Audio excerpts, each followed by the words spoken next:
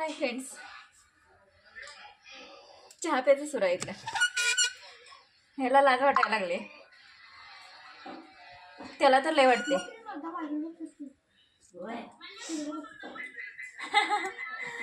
तेव्हा म्हणतोय तिकडे बघ. हा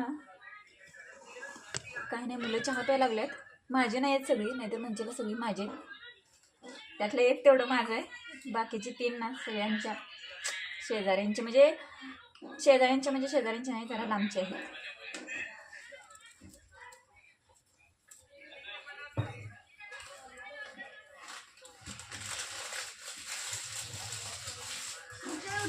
भाजी निवडायला लागल्या. आता आंबे पण आल्यात, दुपारीच आणलाय आमच्या वेदांत ना. हा आंबा आंबट नाही, अजिबात आंबट नाही. असा ना खोबरं खाल्ल्यावर कसं लागतंय ना तसा लागतंय.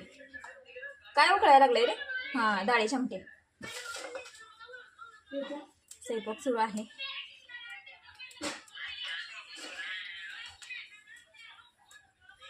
बाळ ती कागद पण उचल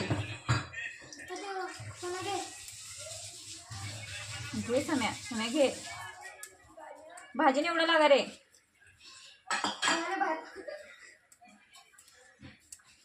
मुलं काय काम करतात? मुलं काय काम करत नाहीत. मुलं पण करत नाहीत आणि मुली पण करत नाहीत. आता कोणच काम करत नाही. ए, मांजराला पकडू नका. ते मांजर सारखं पकडलं ना केस गळायला चालू होतात. आपल्या हात सारखं त्याला लागून का नाही त्याचे केस गळायला सुरू होतात. त्यामुळे जास्त नाही पकडत मी. व्हिडिओ मध्ये वगैरे घेते त्याला, पण असं जास्त नाही पकडत मी मांजर.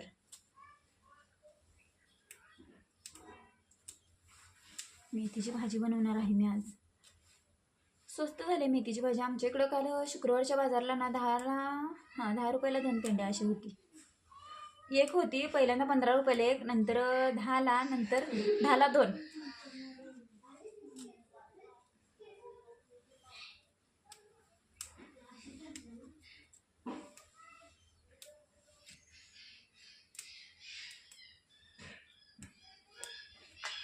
आता आंब्याचं आम्ही लोणचं घालणार आहे.